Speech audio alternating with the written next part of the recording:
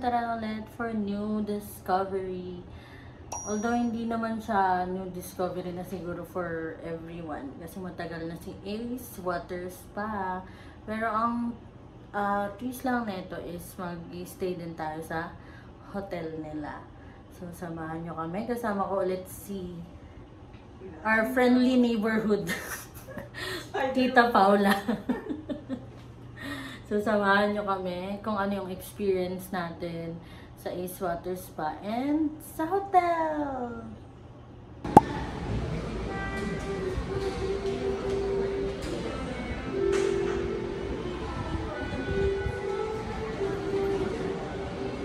Pambayers.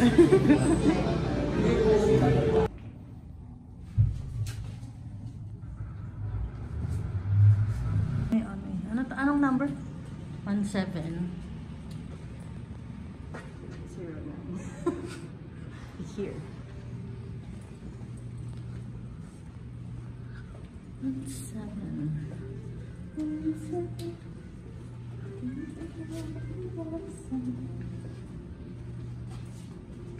17. We are here.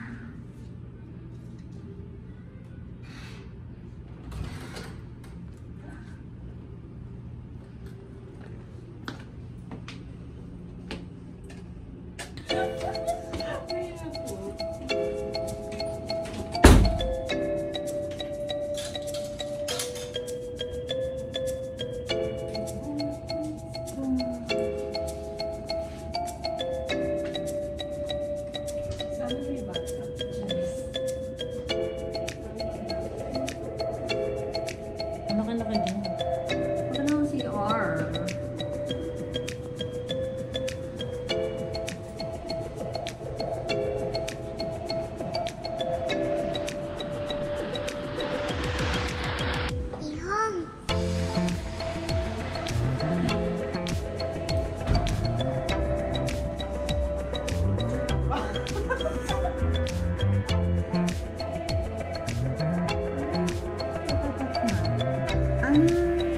This is our view.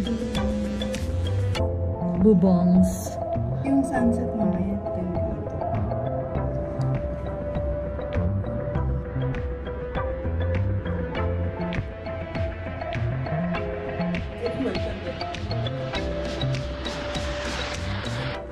Arigato.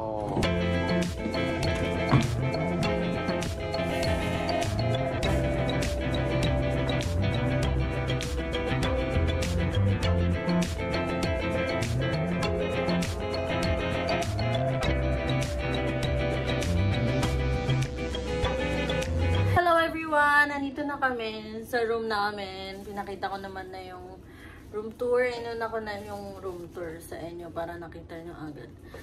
So, ayan na si Tita Paula. Ating friendly neighborhood. Neighborhood? So, originally, ang binook namin dito sa Ace Water Spa is deluxe room. Pero dahil nagkulang yung rooms nila at Dahil maganda ako. ayun, nagkulang yung rooms nila. So, in-upgrade kami. Free upgrade to executive dito sa 17th floor. So, ayun nga yung view namin. Ay, hindi kita. Nakita. Papakita ko na lang. Ayan. Tapos, yung pag nag-check-in kayo dito sa Ace Water Spa, may kasama na siyang, dito sa hotel nila, may kasama na siyang free na pass dun sa Ace Water Spa mismo for 4 hours. So, ang opening ng spa is 6 AM to 10 PM naman siya. So, mamaya itatry din natin yun. Obviously, yun naman talaga yung pinunta namin. Yung Ace Water Spa. Nadagdag lang tong check-in kasi sabi ko, baka pwede na magstay doon. Kasi meron pa kami lakad bukas. Oo, samahan nyo rin kami bukas. Originally, ang usapan lang namin is shooting. Shooting sa Makati Square. Ang bilis nag-shift, no? Shooting sa Makati Square. Napunta sa Pasig. So, sasamahan nyo rin kami bukas. So, ngayon, magre-relax lang muna kami dito. Titingnan natin kung anong oras tayo bababa para sa spa dahil din talaga kami excited as a tita. Check-in is 3 p.m. Pero since maganda ulit ako, pinayagan kaming umakyat na dito kasi ready na yung room ng 2:30. Yung facial expression. May subtitle na naman, girl. Mababait yung staff nila dito. Pinag-agawan nga kami kung saan kami pipila. Kasi kami lang yung nag-check-in kanina. So, ayun. Mababait yung mga staff nila dito. So, lagi yung plus. Kasi usually, yung mga nababasa ko sa mga reviews, diba, sa mga ibang hotel, ang sungit ng mga front desk, ganun. So, plus na yun sa Ace Water Hotel. Tsaka yung nila, concierge pa yung tawag dun. Sa entrance pa lang. Pinagbukas na kami ng car. Ay, oo pala. Nag-grab kasi kami papunta dito. So, yun. Mainit at amad. Dapat magko-commute kami pero oh my god guys, yung init, hindi kaya ng tita. So, nag-grab kami. Tapos pinagbukasan agad kami ng car. Tapos, mabait sila lahat, welcoming. Tapos matutulog na ako. So, ayan, ulitin ko lang, ang check-in dito is 3 p.m. And ang check-out is 12 p.m. Wala silang late check-out, sabi dun sa baba kanina. Siguro kasi fully book, kaya hindi sila tumatanggap ngayon ng late check-out. Pero usually naman sa mga hotel may additional yung ganun. Tanungin nyo na lang din, baka pwede sila kapag kayo yung nagstay dito. So later, samahan nyo kami sa baba for the spa. Bye! Huwag mo na vlogs. Okay guys, so nagpe-prepare na ulit tayo para bumaba, para pumunta sa spa. Ayan, ito yung outfit natin, nag-rash guard na lang tayo. Tapos yung shorts natin is yung, ganito pa rin yung tela. Ano bang tawag dito? Spandex. Kasi dito strict sila sa outfit mo or sa swimwear. Kailangan naka-swimwear ka talaga. And kailangan ata parang safe yung susuotin mo, like nakaganito ka or one piece or hindi tali-tali, yung ganun. Kasi malakas daw yung pressure dun sa ibang mga pool. So may chance na baka matanggal siya, diba, mga ganun. And then guys, may rules din sila sa baba na hindi pwedeng mag-film kung saan-saan. Syempre respect din na rin sa, siguro sa privacy ng mga nagsiswimming, kasi nga, yun nga, baka may ibang biglang matanggalan ng damit. So baka masama pa yun sa film ng mga tao. So, yun yung iniwasan nila. So, titignan na lang natin. Tignan natin kung hanggang saan ko kayo pwedeng isama. Dun sa spa, dadalhin ko pa rin naman tong phone ko para ma-film ko kung saan lang pwedeng mag-film. And then, after that, syempre, kikwento ko pa rin naman sa inyo kung ano yung mga experience, ano yung mga pwedeng makita sa baba, ganyan. Right now, prepare lang. Siguro kakain kami saglit. Kasi may order kami from Grab. Nag-order na lang kami ng food. Tapos, bababa na kami para yun nga, sa Ace Water Spa. So, 4 hours yun. Check natin mamaya sa baba kung ano yung mga rules pang iba, ano yung mga ibibigay nila. And then, nga pala kung mag-check-in kayo dito sa hotel, no need to bring actually towels na rin. Kung dito kayo sa hotel or sa spa, hindi nyo na rin kailangan magdala ng towel kasi magpro-provide na sila. Actually, nakalagay siya dun sa rules, yung binidyohan ko kanina, na no need na ibaba mo yung towel ng hotel kasi may ipaprovide na si Ace Water Spa na towels. So, ayun lang. Balikan ko kayo kapag nandun na tayo sa Ace Water Spa. Kain muna ang mga tita bago magbabad. Kahit na ang sabi, wag muna magpakabusog. Bahala na kung may while watching my Chiang Mai vlogs. Our Chiang Mai vlogs. Kasama pa rin si Tita Pao. Panoodin nyo na guys kung pupunta kayong kung pupunta kayong Chiang Mai. Kasi naglabas na si Cebu Pacific ng direct flight to Chiang Mai. So, pwede nyo panoorin ulit yung mga vlogs natin sa Chiang Mai para may ano na kayo, idea na kayo kung ano yung pwede yung mga makita, mabili, and sa Elephant Friends. Matitipid nila. May direct flight. Yes. Kami kasi nun, di ba, nung nagpunta nga tayo Thailand, nag-Bangkok muna tayo bago mag-Chiang Mai. Tapos, punta kayong Chiang Mai, Elephant Friends yan, sa mga elephant guys. As in, tapos mag-stay din kayo doon. Sobrang ganda. Yung elephants nila ay mga rescue. Yeah. So, kung sakali naman hindi kayo sa Chiang Mai Elephant Friends, basta check nyo pa rin yung sanctuary kung talagang, ano nga tawag doon? For the elephants sila. Kasi mayroong iba na pinagkakakitaan lang sila. Tapos, ano ba yun? May Term. may term doon guys eh. Parang May term. illegal yung ano nila. Oo. Basta dapat yung pupuntahin niyo is legal. Lagay ko na lang dito kung ano yung word na yun pag naalala ko. So yun. Kain muna kami. And bababa na kami after this. Yeah. Let's go. Bababa ng mga tita. May iba akong short sa loob nito guys. Kasi kailangan nga ano matawag dito, spandex.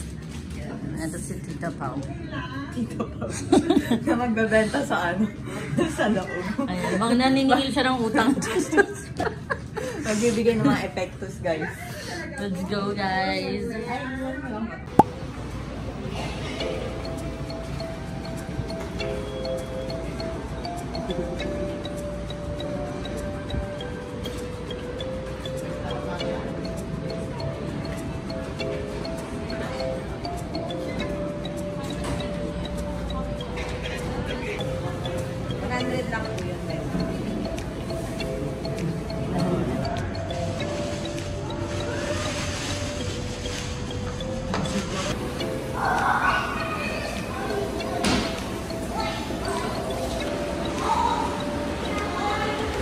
Pwede dalhin yung... Guys, hindi ko na kayo masasama sa loob. Bawal lang mag-film. Kento ko na lang sa inyo. Okay na, kukuha ako ng kukuha ako ng mga footage sa internet para makita nyo pa rin. Tsaka, syempre kikento ko pa rin naman. Ganun, papahiram to sa inyo kapag pumunta kayo. Ayan. Kasi mga professional swimmer kami. See you later, guys. Walang titinda na. Nakapaningil na po. Feeling beach, hindi nagdala ng pamalit. Ang dami ko. Hello! Update lang, guys. Tapos na kami dun sa Ace Water Spa. Hindi namin na sulit yung 4 hours. Parang nagsawa na kami sa kakalubog sa tubig. Mga 3 hours lang. Kasi 5 PM tayo bumaba. Tapos sumakit na kami 5:30. Tapos umahon na kami ng 8 PM. So, dun pala, late ko na nakita na pwede kayong manghiram ng spandex na shorts or top kung wala kayong dala. Yung parang feeling ko na parang bigla lang kayong niyaya ng mga friends nyo na punta tayo, water spa. Yun, pwede kayong manghiram pala sa kanila kung wala kayong dala.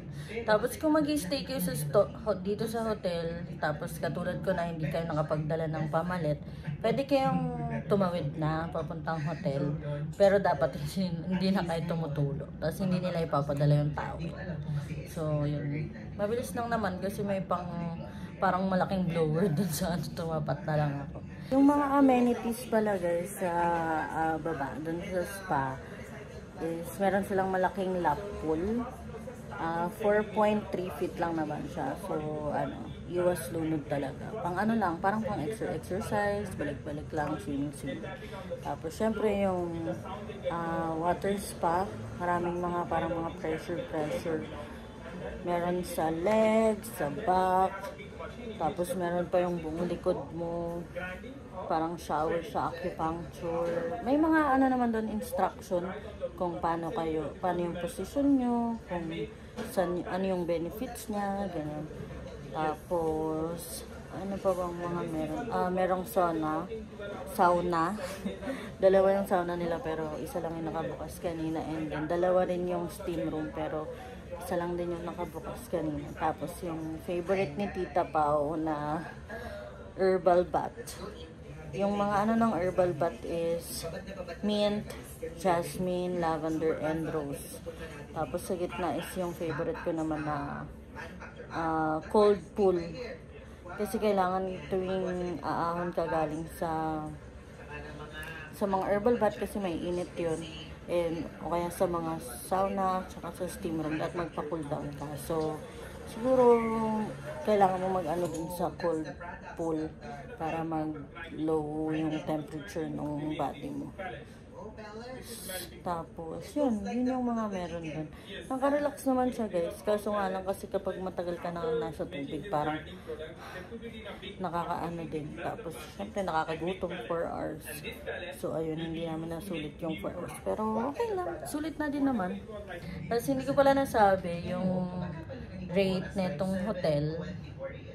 Sa Agoda kami nag-book actually. Kasi nung chinek namin dito sa hotel mismo, yung direct sa website nila, medyo pricey. Ang pinakamura is 6K. Tapos sa deluxe yun ha. Tapos nung chinek ni Tita Pau sa Agoda, naka-promo sila ng 3.5 sa Agoda. Di ba? Ang laki ng discount.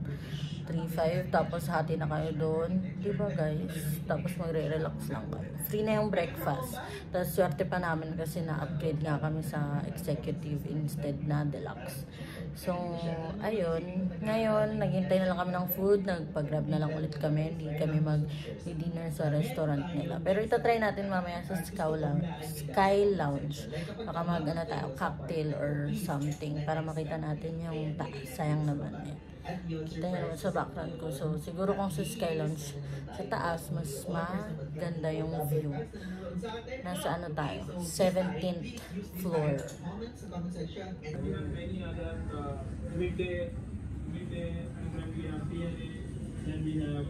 Dinner guys.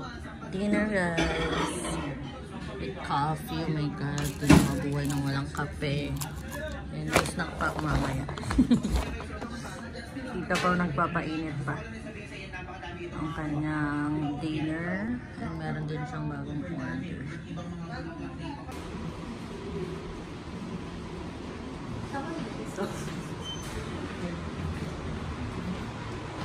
Baka nakakahiya na. Ay, hangganan pa pala. Oh my god, nakakahilo guys. Charing. Agad. Ay ba nakainom? Tita talaga. Sobrang tanda. Guys, nakakahilo yung ilaw. Hindi kaya.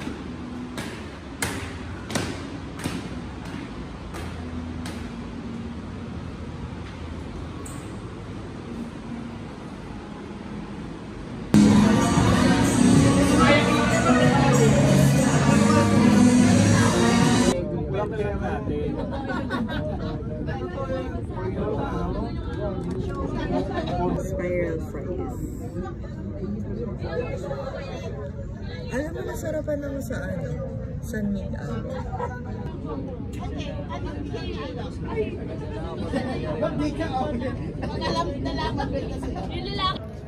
Guys, nandito na kami sa Sky. Ano nga tawag dito? Sky High Bar. Dito na kami sa Sky High Bar. May ano sila dito, may pwesto sila dito sa pinakataas pa, pero may iba pang, mas marami pang table sa sa baba, tsaka minsan kasi ata may ban sa gitna, pero ito kasi yung pinakataas, tapos puro table lang. So ang aming drink, magka-cocktail sana kami, pero naakit kami sa Sunmig Apple kasi hindi naman siya masyadong hard. Eh, may mga activity pa nga tayo tomorrow. Pero, bakit? Hindi masyadong hard pero nag-bakit kami. So, ayun. Kwentuhan muna kami dito and chill. Mamaya pakita ko sa inyo yung view.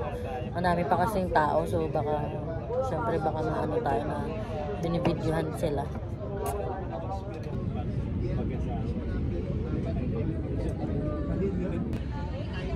BGZ area. Good morning! Mag-breakfast ng mga tita. Oh my god, balak sana namin guys.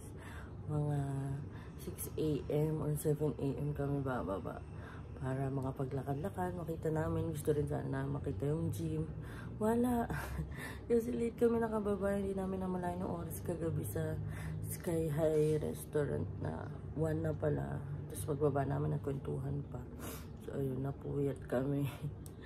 Napasarap ang kwentuhan. Pero okay lang naman. At least, diba, nakapag-banting.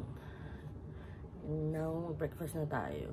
Check natin kung anong meron sa baba.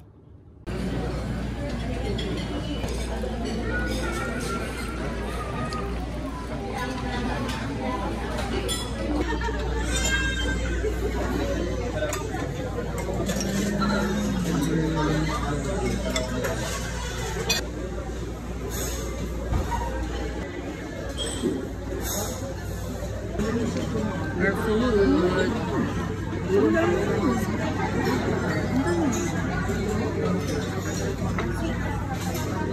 Nakatawa akong binalak pa natin lagan.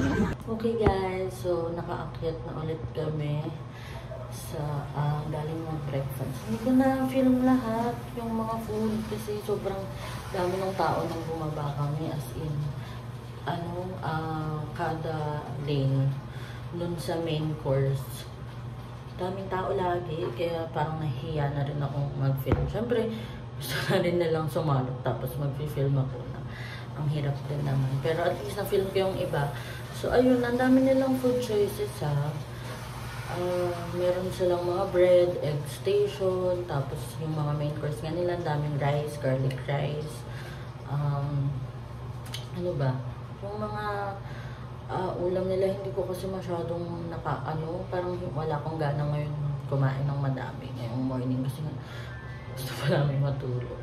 Pero parang may nakita akong chicken teriyaki, mga ganun. Nakalimutan ko na yung ibang, sorry na talaga.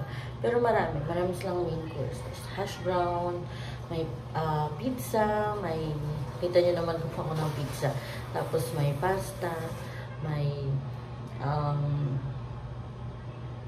mga cereals, yogurt, coffee, mga juice, tapos may salad, ayun, bacon, kung ano yung mga nasa food ko.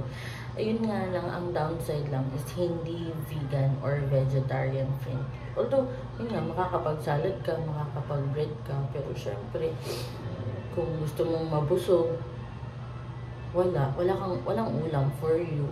Tapos, kung gusto mo mag-coffee, wala silang, or lactose intolerant ka, wala silang other option for milk, wala silang soy milk, ganun, fresh milk lang talaga. Kasi nga, nagtanong kami for Paula sana. Kasi nga, vegan nga si Paula. Wala. So, ayun lang yung medyo downside sa kanila, mahirap. O, siguro kailangan mo na lang mag-order, wala siya sa free breakfast nila. So, ayun lang. Ngayon, medyo nagre-rest na lang kami kasi medyo maaga pa naman. Tapos, mamaya, alis na rin tayo. So, ayun, rest muna tayo guys. Balikan ko kayo later. Okay guys, so paalis na kami. Nakaayos na kami ni Tita Pau. Ayun siya. Nagre-ready na lang. Susulit na hanggang 12. Yung stay namin dito, feeling ko naman worth it naman siya sa presyo.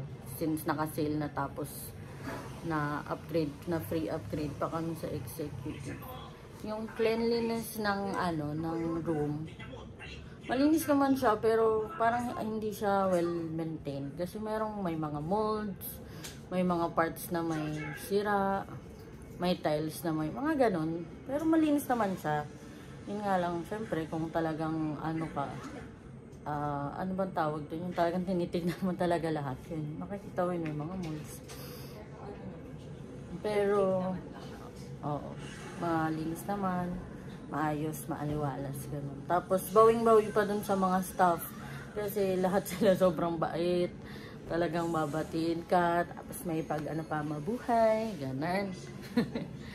Mabait silang lahat, as in, lahat.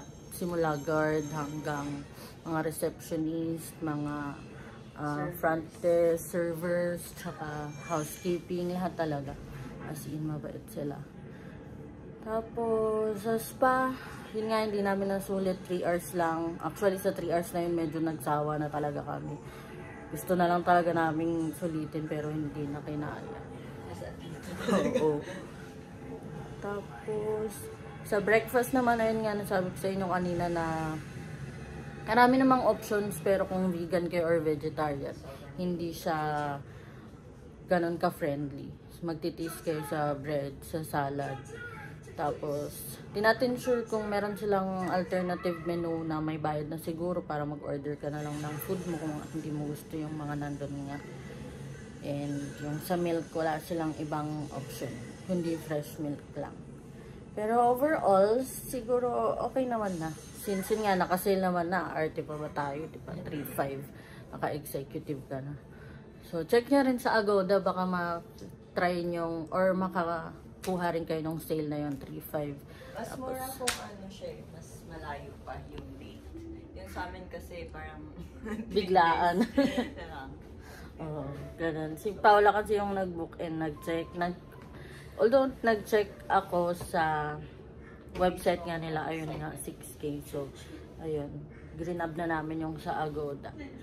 So, check nyo rin guys. Masaya din mag-staycation dito pag tripan nyo lang, tapos gusto nyo magpa-spa. Diba kasi ano naman, nasulit na yung babayaran nyo kasi may kasama ng spa. Tapos may breakfast na rin. So, try nyo din. And now, bababa na kami. Uwi na kami. Ay, hindi pa pala uuwi. May susunod pa tayong pupuntahan. So, see you there! Kakain na naman. Bye! The gym. Sayang wala tao. Hindi namin na-try. Pauwi na kami yung. Dumaan lang kami para ipakita. Hindi pala siya. Maliit lang. So, kung maraming tao, crowded siya. Pero ngayon, wala ng tao. Parang may shower dito. May shower. Ayan. Yan ang gym. Guys, pumunta pala kami sa flower garden. Ay, ano yun? Sky garden, flower garden. Kaso sa under maintenance ata. May ginagawa. Pumasok kami pero ang daming empleyado. So, lumabas na lang ulit ka. Pero yun pa yung jackpot. Hindi ko lang. Siguro dun pa kapag lalabas ka pa, may pathway kasi. Kaya hindi na namin na-save kasi may jog pathway din kasi. Tapos, hindi ko na sabi na kapag mag-check-in kayo, may 2,000 na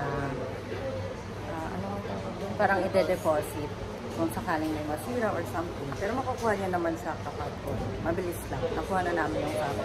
Now, naghintay na kami ng grab for our next destination. Next gala, di pa tapos. Kala nyo tapos na uwi na? Hindi. See you there.